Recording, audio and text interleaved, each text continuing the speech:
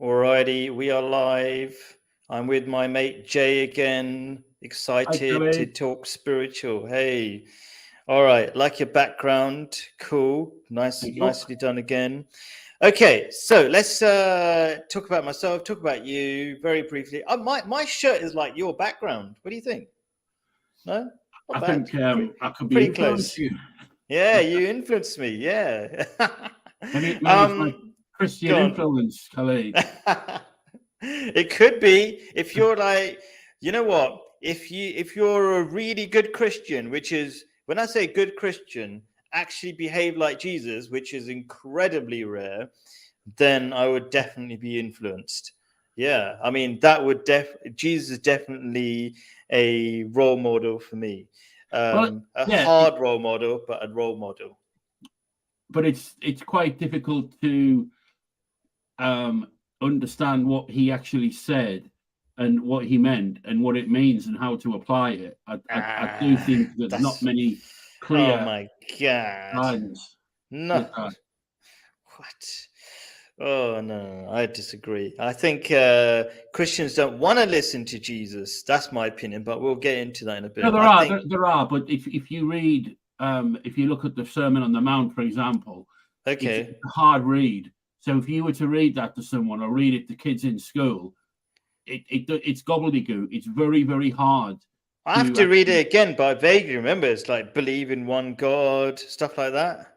No. I mean that's one sentence, but there's a lot of words in it, and it's not clear. Um, it needs sort of shrinking and putting into um, Okay, all right. Let's do you our know. quick introductions because Okay, that sounds like where we're going. So I'm a yeah, Muslim. I do happiness classes for non-Muslims and Muslims if they want to listen, right? Okay, and mhm, I base it on psychology and facts and science, and I want to make people's lives better. I don't make money out of this. I just want to make people's lives better. I don't really care about the views. If I cared about the views, I would have stayed in Speaker's Corner and stuff where I got like 10 times more views and stuff, right? But I like the quality of the people I'm meeting and the quality of the conversations. That's where I'm coming from. Um, Jay, so from what we've just been saying, would you identify as a Christian? I don't know. I've got to the point where it is a label, and what Christianity is today. I don't really play any part. Um, Are you a spiritual, I don't know, traveler looking for what works? no, I Or found that I'm good. I found that in the words of Jesus, everything is on the Sermon on the Mount. I do okay, believe wait a it. second. You're confusing me already, but this is what Christians do to me all the time. Never clear enough, right? I'm gonna be harsh, a little bit harsh, because when we're clear and we're even if I'm talking to anybody about finding a job, like I was just like talking, like I like let's say coach people or just be a decent friend to people, right? Yeah, I'm like, oi, stop. If you're complete, if you don't, tell me you hate your job first. Don't pretend you like your job when you're complaining about your job, that kind of right. thing. But you're kind of saying, like, if I ask you, are you a Christian? You go, I'm not sure what a Christian is, but I follow Jesus. Like, what? I'm confused now. No, I didn't say that. I didn't say that. Okay, go on. Yeah, Tell me what you're saying. but well, I could say to you, what do you mean by a Christian? Define Christian. Well, it's unfortunate that there's too many different versions of it. But a Right. good Christian, in my opinion, right? Okay, not the one who listens to Saint Paul who said ignore Jesus, Fair right? point. Jesus says follow the law and do what he did, like you know, Mhm. fast, um, offer the other cheek, off, Yeah. that's it's really simple what a Christian is. Just do what Jesus did. But unfortunately, the modern version is the reason why Christianity is dying, is because like, oh, I just believe, no actions necessary. That's what the modern version is. I mean, the Christians I meet who say they're Christian even hate the Bible. Like they believe in being trans and stuff like that. You should be able to do anything you want, and Bible shouldn't tell you what to do, but they still want to go to church. Mhm. That's terrible. You're not benefiting. So Yeah. what's your idea of Christianity? And Well, I agree with you when you say what Christianity is today and how it is. So I don't identify or align myself with that at all. It's more about the old school stuff. okay, So when you okay, say, so you believe in God, step one. well, yeah, yes, but I get occasional moments where I'm unsure, and I get occasional moments where I think it's all a pile of nonsense. Okay, right, cool. And so that's one of the things I'm going to be talking about, like how to achieve certainty, because you can't have inner peace without certainty. Yeah, Like absolute clarity, like as clear as, and I think that's the thing in the modern age. People have delegated, wrong word, relegated faith to feelings. oh, It's not just a feeling.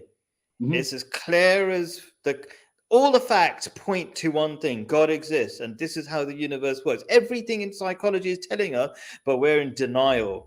Okay, so we need to be really clear about it. So I'm just gonna let's push forward with this. Crack on. Yeah, Yeah, let's crack on with this thing. Okay, so what we're talking about: inner peace versus excitement.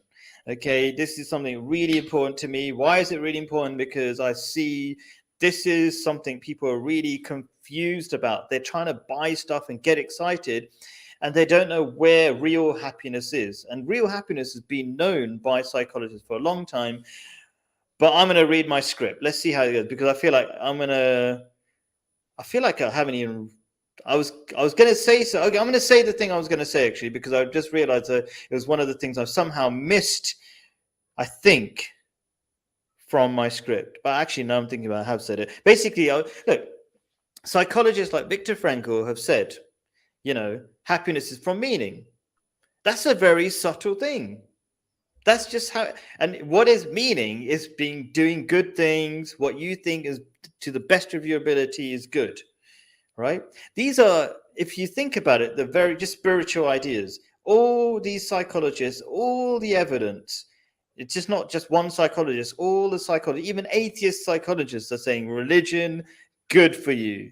All the things it tells you, good for you. It's going to make you happier. It's all.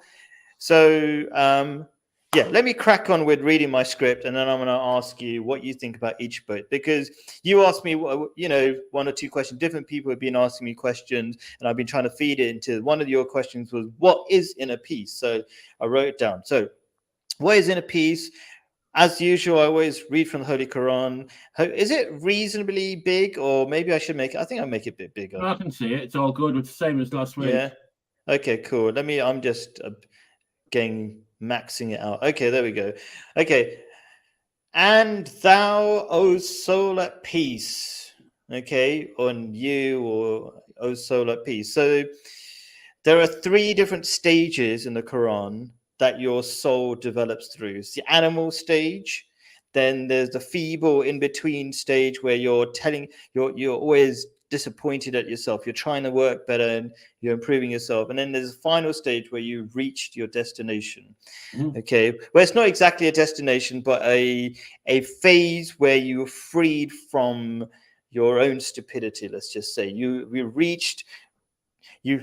removed the barriers from God, from you and God, basically, which is your ego. Okay, so O soul at peace, return to your Lord.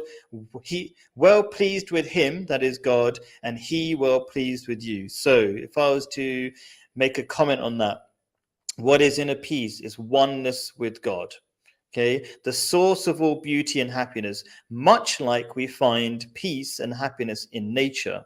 Okay, subtle yet more powerful than any antidepressant drug. I'm not even sure if that sentence makes sense, but basically it's known that the most powerful antidepressant is simply to be in nature, more powerful than any drug. And the reason I'm mentioning the word drug is because people think about drugs with excitement, right? But really, real happiness comes from something far more subtle. And that's what I'm trying to get people to realize, that instead of going after the drugs and everything, if they really wanted long-term happiness, so many people have it. Okay, I'm in a country where loads of people have it. Okay, and they value the tiny, subtle things. Nature is a so. Why do I say oneness is God? Is anything to do with nature, because nature is a reflection of God, which shows us that God is what our souls wish for. Peace is also seeing how rich you are already. So there's a different ways of there's two ways of looking at peace, I would say. One Uh-huh. is your direct connection with God, and also the second bit of it would be your contentment, or well, even better than contentment would be well pleased with everything you have, right? And maybe it's worth mentioning the antithesis, which I wrote somewhere, I think, or maybe I deleted it, but I feel like I should say it now. The antithesis of it, the lack of peace, is the feeling there's a black hole inside you where every source of pleasure disappears very quickly. Like you buy an expensive car and you thought it'd make you happy, and in 1 second the pleasure's gone. It's like, oh, that was crap. There's really nothing good about that. That's the reality of most Westerners' lifestyle. They're searching and chasing and stuff like that, and it doesn't give any happiness. Any thoughts about that, first of all? Yeah, loads. You could talk for hours on that. There's loads in it. Disagree with me. That's the best way to do this. Disagree with me. What do you? No, I what don't. feels? You can't disagree. That's good. Well, Okay, we don't have to hang on it. We could go. Okay. No, there was something. Hang on. Yeah. Oneness with God, absolutely. So, if you're not that's where the ego comes in. So there's really three. There's one, there's the ego, and there's God. So oneness with God is you're looking at ego deflation, which we've spoke about. Yes. So the oneness. Go on. I went to it because you're doing your flow. Go on. Because the world never changes. It's us that allows. I love that. 100%. So the source of all beauty and happiness is God. So what gets in the way? Like what blocks it? So when you say we find peace and happiness in nature, when you say nature, I know you say nature is a reflection of God. So you don't just mean trees and wind and sunsets and all that stuff. Okay, I was half thinking about what this guy was saying, and I'm going to disagree with him in a second. But what was the last thing you said? So you were saying sunset and whatever. So could you reiterate that last point you made about sunset? Like when you define nature, do you mean like it says here nature is a reflection of God? So yes. Anything in nature is a reflection of God. Why do we love sea? It's just water, right? We don't get attracted to water in our sinks, for example, or in the kettle, do we? Right? No. But when it's unobstructed with anything human, the less human stuff in the way, that's nature, and we're suddenly attracted to that. Yeah, it's quite interesting because I'm a sea swimmer. And I live by the sea and swim in the sea most days and with different people. And I've said for ages, it's not about the swimming. And people think I'm crazy, but it's not, because most of them don't swim or can't swim. They just go in. And it really does have a phenomenal effect. And when you say an antidepressant drug, and the mistake that a lot of people try and do is try to describe it and analyze it, you cannot, because it's almost an invisible power. What is an invisible power? What do you mean? The remedy for the human condition, going in the sea. Oh, okay. I'm not saying necessarily just being in nature going to solve all your problems, but is more powerful than the drugs. and it's getting you, it's pointing you in the right direction. Like, oh, hang on a minute, I didn't even have to take the drugs. I'm just being in nature. What's so powerful about nature? There's a clue there. That's what I'd say. That's a starting point. You know. Okay, let me say. Somebody says, I disagree with the word most Westerners. Maybe some would be better. No. Okay, listen. If you got an absolute, sometimes I think, when are Westerners going to wake up? Like, how bad does it have to get? Okay. Like, this is not a time when you're on the Titanic and it's sinking, you go, oh, maybe somebody will survive. This is not a way to express yourself, you know? Like, really, the number one way young people die under 30 or something is suicide. That is a very, very bad statistic for any Westerners. That's an incredibly bad statistic. And then there's a million other bad statistics behind that, you know, the loneliness being the biggest killer and all this kind of stuff. You know what? I'm not here to waste time. It's like, listen, the situation is so bad that really just own it. It's bad. Let's move forward. Let's fix it, kind of thing. So that's how I feel about it. You know, it's a waste of time being too soft about it. Maybe you make people happier. I don't know, if we pretended. It wouldn't actually be. This is another thing, you know. Sometimes I'm going to have another conversation with let's say left-leaning people who say you should be nice to everybody. Not be nice to you. I'm nice to everybody, but you shouldn't say, you know, being homosexual is bad if he's not very nice, whatever. I'm not. Hey, I love everybody, right? But I better point out things so you don't harm yourself anymore. That's all it is. But yeah, let me just click on the next one because it's good to get a bit involved, and then I'll read the next paragraph. Subjective happiness is hedonism, whereas finding happiness through God is an objective happiness, which is universal. Nature is a universal happiness, which a new car would be. So I think there is objective happiness. I don't want to call one subjective and the other one objective, right? Okay, you can objectively get high, and you can objectively measure that after the high of any hedonistic measure, like drugs or whatever, or lots of sex or whatever it is. Actually, lots of sex depends on who you have it and all this kind of stuff, right? It's not bad. It's like eating food and like whatever. But the point is, like, you can objectively look at these things and say, look, you're happy now and you're depressed later on. You took the alcohol now and you're depressed later on. You're objectively depressed. So I get the kind of where you're kind of coming from. I keep calling you Nazish, but I'm sure when I read your name the other day, because that's not his real name, Ulrich. That's some sort of character.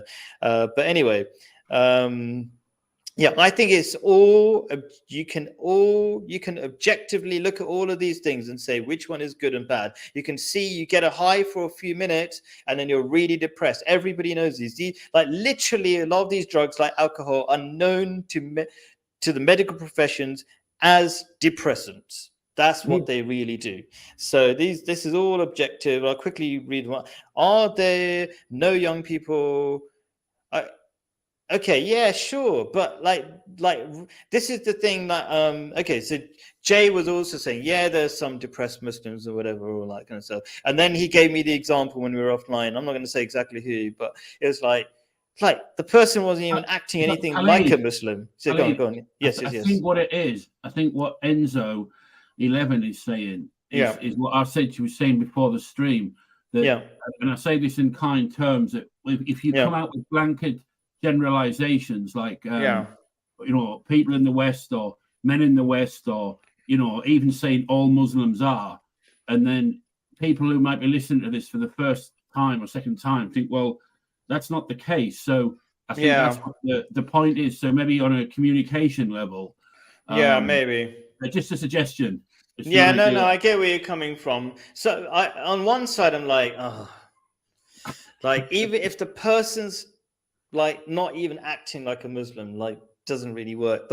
And if on a massive scale it works and you can see it in so many ways, Mhm. then you kind of think like, really, do we really want to split hairs on this? I don't know. I can see where you're coming from, that maybe I could be more careful with my words. Maybe. So okay, fine. Maybe I can be more careful with my words. But like, let me put it this way: the more Muslim you are, the more all you're doing, these are objectively known as good principles that make your life work. Oh, like having a family, being married, all these things. These are objectively measured to be good for you because we're social beings and all this kind of stuff, right?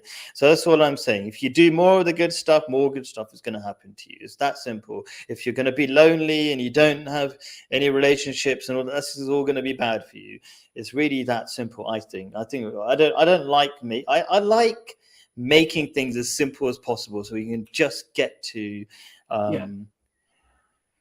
Yeah. You've got some praise in the chat, Khalid. Praise in the chat. Yes, Jay. And thanks, Khalid. Less generalization. Okay, come on, let's move on to the next bit. Right. Okay, so why is peace better than excitement? Okay. Here's a saying from Prophet, a very short one: hold fast to contentment, for it is enduring wealth. Okay, contentment is realizing, so this is my explanation, contentment is realizing how rich you are. You live in the greatest resort in the universe, Earth. Those who realize how lucky they are get more because they know what is valuable. Okay, so like people, if you feel lucky, I don't know, maybe I'm not sure if I'm explaining it, but like if you appreciate the good stuff, you're going to keep the good stuff. You know what I mean? But those who are ungrateful chase what makes them miserable. That's what I find, right? So you're already, oh, my life is terrible, whatever. And then those kind of people seem to be chasing all sorts of negative things as well. So they chase the negatives, and at the same time, because they didn't appreciate the good things they had, they slowly lose them. So I suppose what I'm saying is there's one sense of always feeling rich, enduring wealth, right? But also there's a result of this, of if you have a positive mindset when you're grateful and you're content, you're going to get more good stuff. And if you're not that way, you lose all that good stuff because you didn't appreciate it until you lost it. Those are my thoughts on that. Any thoughts? No, I think you've nailed it. I wouldn't have minded going through that before you did, to be honest. I could have said virtually, yeah, I understand it. I'll go through it quickly. Contentment is realizing how rich you are. And for me, and from my learnings, it's the treasures in heaven, where the riches, obviously not the external stuff, even though that can be good, but it's the spiritual power, it's the energy, the contentment, the consciousness of actually being here. And once you realize that, it says once you learn that, and it, as you said at the start, it takes a long time to understand. Like I don't seek to be happy. I've given that up, and I found that was quite made me happy, to be honest. Yeah, it depends on what you mean by happy. I think people, I suppose this is the thing we're talking about here. There's when you say you've given up on being happy, I think you're giving up on the excitement element of it. Giving up on chasing it, looking for it. Right. Okay. Like it's in a woman, it's in a song, it's in a money, it's in a bottle, it's in a swim, it's in a so what I'm saying is that I'm no longer in a position where I need to do something or act in order to feel content. So I can sit with nothing, and in a strange way, the more nothing that one has, the more content one is. And it might not look like happiness, but I'd rather be content than happy. And I think your paragraph here, it's saying hold fast. I mean, yes, for contentment, because that is permanent. It can be a permanent state, and when you are content, then life can come and go, throwing its different bows and arrows and stones at you, but it doesn't seem to have too much effect. So I was saying to my friend today, the word responsibility. It's about your ability to respond. And if you're centered and content, quite often you don't have to respond. But if you're living on the other side, you have to say your bit and act and did. So I get it completely. It's hard to describe a lot of this stuff. It's more because it's like it's invisible. You can't touch it, but it's a sensation. It's a knowing. Oh my God. I feel like yeah, I love the stuff you're saying. Okay. So there's two things that I really love about what you just said. Okay. Which is, I didn't write in the script, but I've said it before. Okay. One is this thing people are chasing what looks like happiness on the outside. You know what I mean? The big flashy car and whatever. And you need to remove yourself from that. You need to live in a higher plane where you can see people's stupidity for what it is and not want to follow it. And that is the thing I'm trying to compare, the peace versus the excitement. The contentment. I think you get it, and I'm trying to use what you're saying to help explain it more to everybody else. This kind of so don't follow the buzz and the outer shell of excitement, because if you look at what celebrities and all these famous people are doing, they are so unhappy. There's so much, all these famous people on drugs and terrible personal lives, right? Yeah. They're trying to make, it's like God is trying to advertise, is that really what you want? Are you sure about it? Because look, every time it comes, it works out badly, all this excitement stuff, and there's kind of a third point. You didn't make it exactly, but I want to. But actually, I'll say your other thing that you said about the invisible. I love that. Okay, so it's kind of another way of saying what you just said. But there's kind of the visible stuff and the invisible stuff, like love, like kindness. Okay, that's kind of invisible. Peace. These are all invisible, but they're the most powerful things we need. We all need love. We all need connection. Yeah. There's a really great talker called Johan Hari. He talks about lost connections. And they're not visible connections. They're connection with nature. Invisible connection with your work. Invisible meaning and all this kind of stuff. And these are the things that people are losing, and that's because and resulting in addiction and depression and all these things. Depression itself, you could be smiling, but it's invisible. These are all the spectrums of the things that are actually important. But the visible stuff, the food and whatever, if you have too much of it, it makes you sick. These should all be telling you something, that the invisible stuff is really important, and the visible stuff is for the people who don't reflect. They're just consuming mindlessly. They're not really thinking. They're harming themselves. Does that make sense? The visible stuff is dangerous.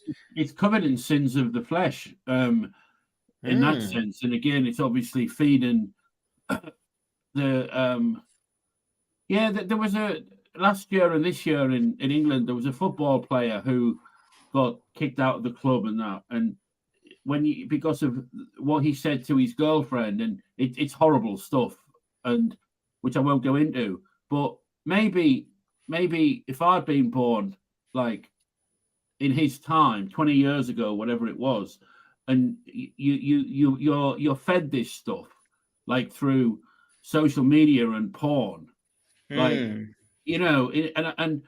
what he did is horrible. It's gross, but at the same time, I can understand that he's a victim of the modern age, because it's been fed to him. Yeah, it's been shown to him, and he stupidly probably because of lack of morality. You thought, oh, to be a big man, I've got to tell women this and do this. And as I say, that's in no way am I defending him, but if you show your children this is a way to be a man, then they're going to copy it. Yeah. Irrespective of what they may think or not. So as well as him being responsible for his actions, I think it's fair to say that like these people don't do this stuff if it doesn't just pop out of nowhere. Yes, your environment definitely affects you because that's all you know, right? This is if like all the facts you know are what you see as you're growing up. And so you have to pick from that and you go, oh, shall I take cocaine or should I take alcohol? If those are my two options, do you know what I mean? But if you have a third option, church, mosque, whatever, you experience an alternative, then it's easier. If you just have porn and you don't have anybody at home taking care of you and all this kind of stuff, limited options. You go for the default, whatever's on your screen and all that kind of stuff. So agree with that. And the other thing I wanted to say is, because I'm trying to make this as real as possible rather than just sort of theoretical. It's just like, I went to a party yesterday, right? When I say party, a dinner invite. And this is so typical of these Arabs. They just love each other's companies, their family's company. And they don't need a screen. They're just talking and enjoying each other's company. And it's not expensive. And there's this contentment, there's a peace, and it's all centered around religion. Okay, It doesn't happen otherwise. It's like so there's a mosque in every other corner, right? They go to the mosque, come back, and they're centered again about what's important. They get a feeling. So when you go to the mosque, for people who don't know what it is, have you ever been in a mosque before? Yeah. Right? Mm-hmm. How would you describe anything that comes to mind? Well, the particular one I went to, did you see people pray? Pardon? Did you see people pray? No, it was for a talk on like how to tone down on Islamophobia. Oh, okay, whatever. But like the normal experience of 5 times a day of going to a mosque, right? What do? You go into a mosque, it's all quiet, it's all plain. You take your shoes off. It's very simple. And you're shoulder to shoulder with the people in your local neighborhood, right? With your shoes off. And you're doing all these very spiritual, religious, contemplative things. You're like putting your head on the ground and you're reducing your ego when you're doing that. And you're thinking about God and the universe and things like that and being grateful for it. The words in of the prayer are all these beautiful things. And it protects you from the black hole, the sucking of hedonism, 5 times a day, and then when you come out of it, you're recentered and what you've had a taste of spirituality again. If you're not doing it throughout the day and you go, yeah, that tastes good. And then you go, what am I going to do? Am I going to, I don't know, have drugs, or am I going to talk to my wife and kids or whatever? And these people choose talking to the wife and kids. Yeah, sure, there's somebody taking drugs or whatever, right? But my point is, it's so common that you see it on the streets all the time and in people's houses and whatever, that people are just sitting around in circles around some tea and some nuts and enjoying each other's company. And that's what I'm trying to get at, the contentment. It's the peace, it's simple stuff, it's the connection, and it's not exciting.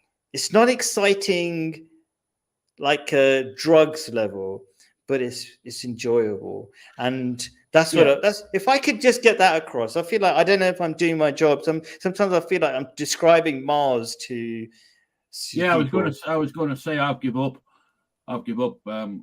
colleague, with that. If you can put it into words, then you'll be the. I mean, that's why I do my YouTube videos, right? Did you? I don't know if you've seen the video where I'm just recording people's houses, right? Because it's such beautiful houses, okay. And then somebody pops their their head out the window, and I'm recording the whole thing, right? They say they just come into our house, and I'm like, okay, I'll come into the house, and I'm still recording, and they're like, come and sit down, have tea, and like they can barely speak the language, English, you know. One person could basically speak some English.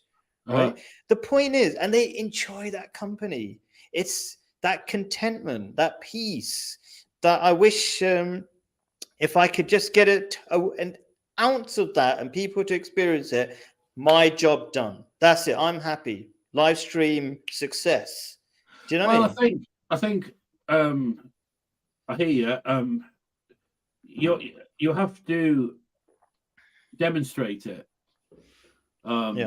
According to Jesus, know them by their fruit. So it's no use anyone saying this stuff and not living it. I agree. We have to know be it. And it's commendable trying to get people to, especially in this modern day. There was just very quickly, it's relating to it. There was a murder yesterday, another one in Croydon, 15-year-old girl, and everybody was talking about the solutions for it. And it's more police on the street, stop and search, knife crime, and we talking like really, really high-end psychologists and lawmakers, all, and not the issue of another. I think it was a 17-year-old carrying the knife and a man and stabbing the woman. None of that was really discussed. So the consequence of certain areas of society at the minute is murders, knife crime. But instead of addressing let's just say the original sin, the cause of all that, they work on more police on the street. Like it's like someone complaining about a hangover, and people come up with hangover cures, and it's like, well, don't fucking drink, excuse the language, but you know what I mean? Yeah, like, they're not fixing the root of the problem at all. So people are saying, oh, the Conservative government has got rid of police, that's the problem. And it's like, no, in a proper society, you shouldn't need police, you know, maybe for the occasional flip, but you really shouldn't. And, you know, people, you can't steal anything anyway and own it. You'll never own something you steal. That's the... there's some truth in that, yeah. Okay, anyway, I think I'm going to totally fail this time at getting through the content, but I'm going to quickly respond to a few things, right? Yeah, so somebody asked me, are women allowed in the mosque? Yes, they are, but they're not absolutely required for different rules. If you're in a period, you don't have to go. And if...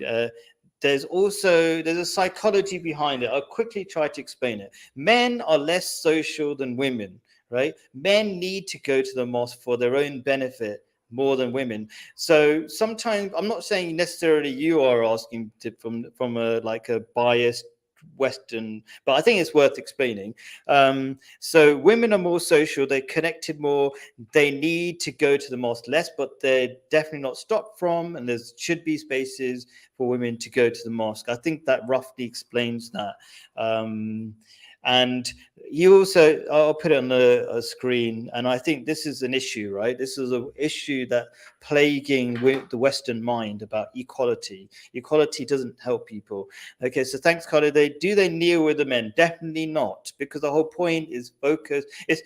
Islam is a realistic religion. It knows men are supposed to be attracted to women. So why would they kneel with men? That's a terrible idea. They're separated, not because they're better or worse. It's just because Islam is a it's a religion of reality. Okay. Why can't like I went and did Kabbalah classes with Claire.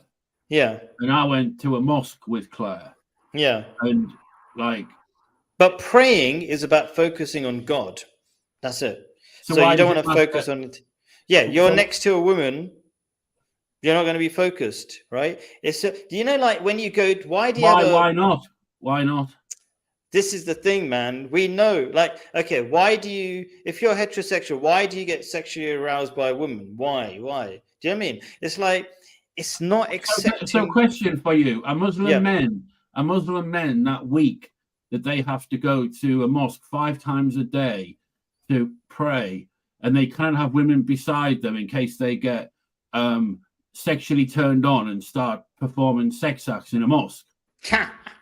Okay, here we go. So, okay, it's like whose system works, right? There's the Islamic system where they say, when we're praying, this is God time, right? Okay, we believe in the subtle different things, like different positions of prayers and whatever, right? We believe that dressing more and wearing loose clothes makes a difference. And then there's the other school of thought called the Western world. And I'm going to put it in short because I want to get through this stuff. The Western way is failing big time. So what I would say is, look at the relationships between men and women. They're breaking down so badly, they probably couldn't get worse. Like, just look at the statistics in terms of how many people are not in relationships and things like that. Because of this pretense that women and men are not different and stuff like that. Like when you accept men and women are completely different and they do get sexually attracted to each other, and we don't hold hands with women, for example, we don't shake hands with women because we believe in these subtle things. So Khalid, I agree with quite a lot of what you said, especially about the far end. We spoke about the Kardashian side of the Western, and my Muslim girlfriend who westernized from Iran into Sweden, and she became fish lips. I agree with you all of that, but I'm surprised that you can't answer the question about the actual church. But because you go into saying, "Oh, but look at the whole thing in the big picture," and I've said to you that the Western way doesn't work. Like, I agree with you completely, but the one thing I don't understand is how that, like, you couldn't. Because sometimes, I mean, it's a woman that might have the sexual feelings as well, and I don't fully understand why. Do you think there's no connection between men and women when they touch each other? Because just so people... No, I mean, obviously there is a connection. I mean, literally, physically. So literally, what part of the Muslim prayer is that you have to be touching shoulder to shoulder. That's one of the many things, right? Because it said there's Satan between. It's kind of like, basically, it's all about connection between people, right? There's a reason why women... I'm trying to explain it in a really simple way. Like, that makes more sense. Yeah. And also, I'll explain it more, but like I want to say 2 things about this really quickly. Which is, okay, why do men have like having men's clubs, and why do women having women's spaces? There's a reason for it. And I think we shouldn't undermine or undervalue these subtle things. It's the subtle things that are going to lead to the inner peace. And we have to not say, oh, will we start suddenly having sex with the other person? It's not that level. Do you know what I mean? It's the more peaceful, subtle level. We have to accept those subtle things. And another thing, just to make it maybe more obvious, is like one of the positions, a famous position in the Muslim prayer, is when you put your head down on the ground and your backside up. That's a very sexual position for women. So if you're lined up behind women and they're in that position, I'm not saying suddenly be aroused, but you could easily be aroused. And Islam is not stupid. We don't like to pretend. It's like that is a sexual position, and we're not having any of it. You could do your own experiment, and you will fail. Feel free, but we're just telling you the way that works. I hear you. I think what you're well, do you know the Lord's Prayer, and do you know the? I forget. Like, ask for my bread or something. Let me explain the wisdom in it, because it says, "Lead us not into temptation." Exactly. So what he means by that is, because we we snookered. We're in trouble if we're tempted. So I think that's what you're saying, that the human will isn't strong enough to conquer instincts. So that's the or slippery slope. Slippery slope. Like, why do we ban under 18 from gambling? Because when you gamble 5p, what's the big deal? It's all about slippery slope, right? It's that kind of stuff. Like, we want to win. You know, we want to win this spiritual game. We want people to be happy. We don't want to tempt people, like you're saying. I'm going to try to. Okay, so I'm going to move on to the next thing. You also mentioned as well, right, about poverty can be dangerous. And I have seen in poor countries, people are way happier. And there's a logical reason. I'm not against money, but it's actually very hard to have money and be happy. And the reason is choices. If you study psychology, you'll know, if you have any, if you're honest to yourself, human beings are really dumb, which means human beings are not good at making choices. When you have more money, you've got more choices. The chances are you're going to make bad choices. So, for example, you have loads of money. What do? Instead of talking to people, the likelihood is you're going to get you're going to get Netflix, and you're going to get all the different live streaming video, whatever, and watch it by yourself and be lonely. That's a typical example. That's what I mean. Okay, so here's the thing. Prophet Muhammad said, I am not afraid on your account of poverty as I am of affluence, like the affluence of those who have gone before you, for you may get involved with it as they became involved with it and ruin you as it ruined them. And I'm going to explain that in the words of Mike Tyson, famous boxer. He became Muslim in prison. He said, I had the best 2 years of my life in prison. And then somebody goes, the person interviewing him goes, you had millions. He said, I had no peace though. I quickly typed this out. Okay, I had no peace though, right? Come on. But you had over 30 million for one fight. He said, listen, can I tell you something? That doesn't mean anything. That doesn't mean nothing when you don't have your peace. You don't give a F. You don't even want it, the money. You want to give it to somebody else. And I'm explaining it by buying something in the hope you find peace, right? Okay. Yeah. You need your sanity to dictate any part of your life. Okay, so I'm putting in brackets. You're not sane when you're an addict to materialism. You do not have peace, right? Yeah. I always tell people God punishes you by giving you everything you want. Beautiful, I think. Any thoughts? He's an interesting fellow.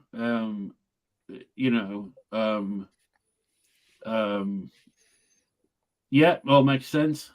Okay, you know what? Somebody asked me, and because we're running out of time and I've got another live stream in 10 minutes, somebody asked me the question, said, how do you find happiness? I can't even find where it's gone, right? But he asked it, right? Oh, there it is. I'm still on it. Okay, I'm just going to jump straight to it.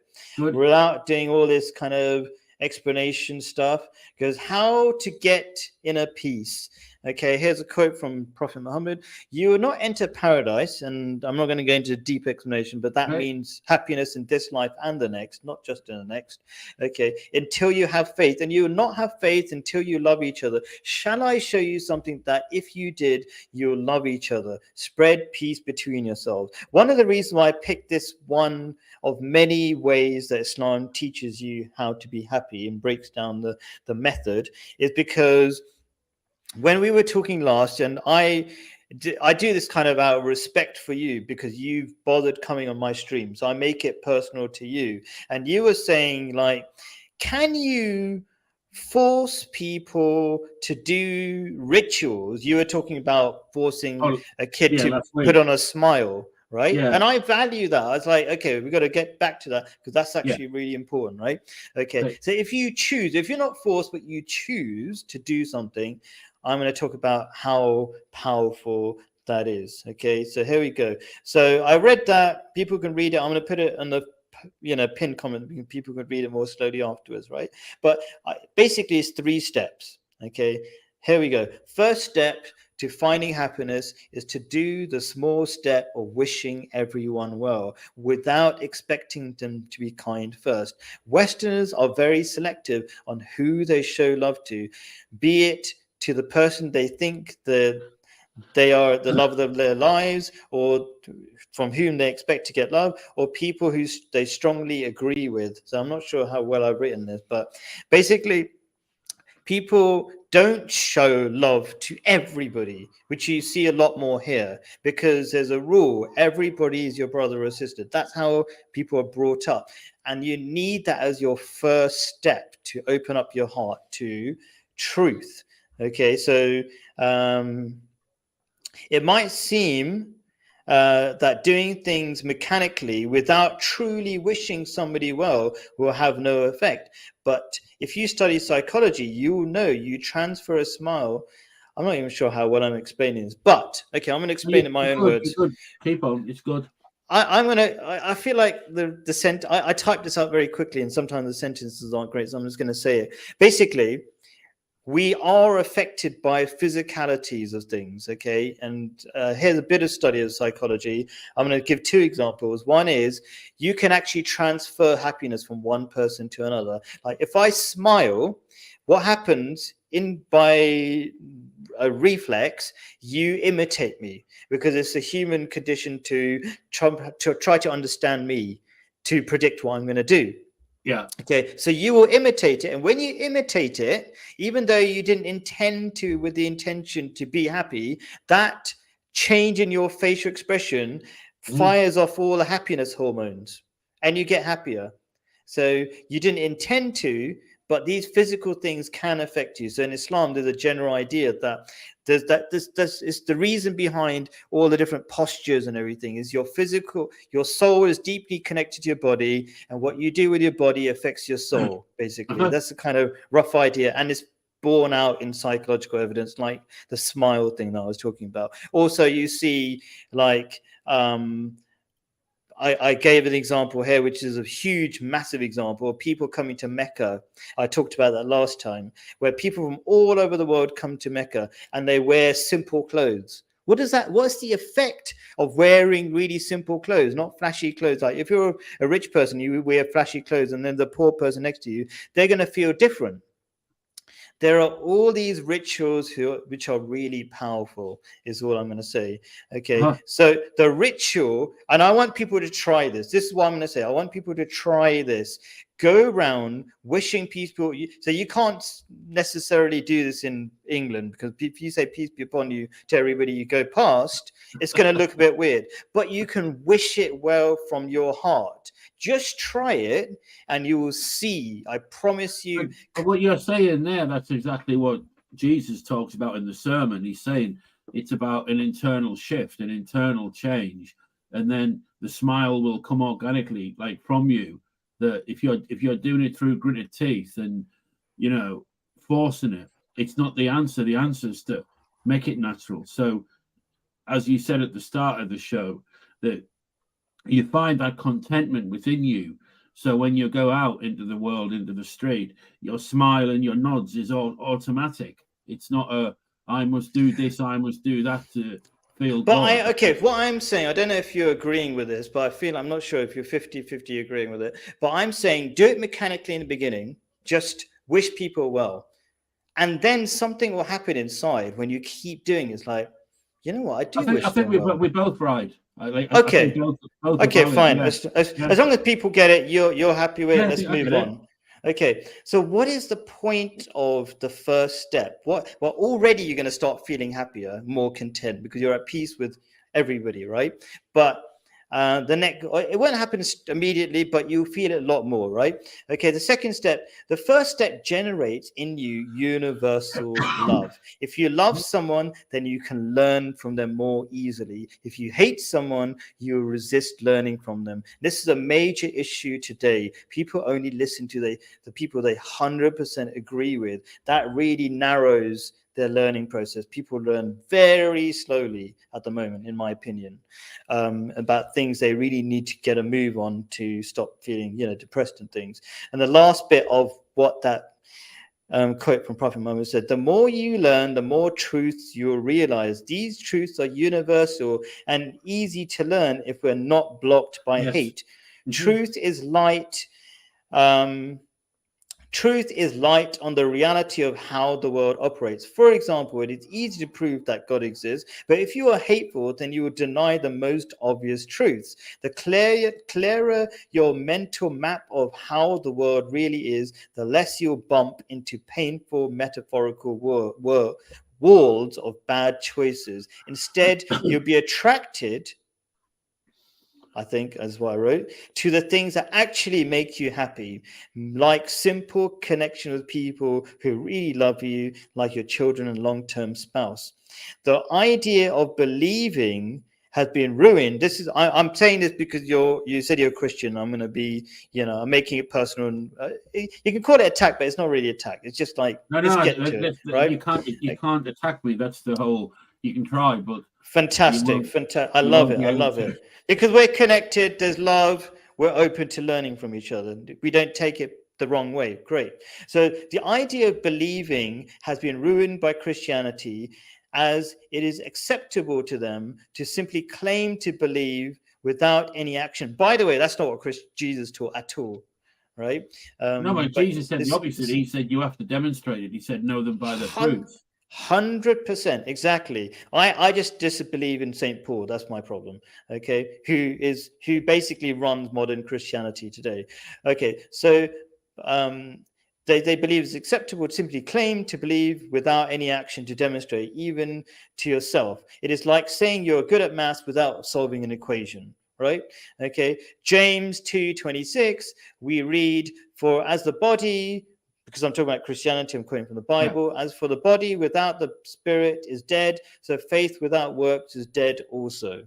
James is the half brother of Jesus, and so faith, the works is a demonstration, and faith. So having the faith is not good enough. You need to show it in the world. That's it. So that's what faith without works is dead. It's pointless. 100%. So and I'll give examples of if you want to get stronger, you lift more weights and you work harder. Same, the spiritual realm is the same sort of thing. You got to work harder. You got to do good deeds. You become more spiritual, more powerful soul, and all that kind of stuff. So, yes, thank you for this. Is every stream with me is an experiment.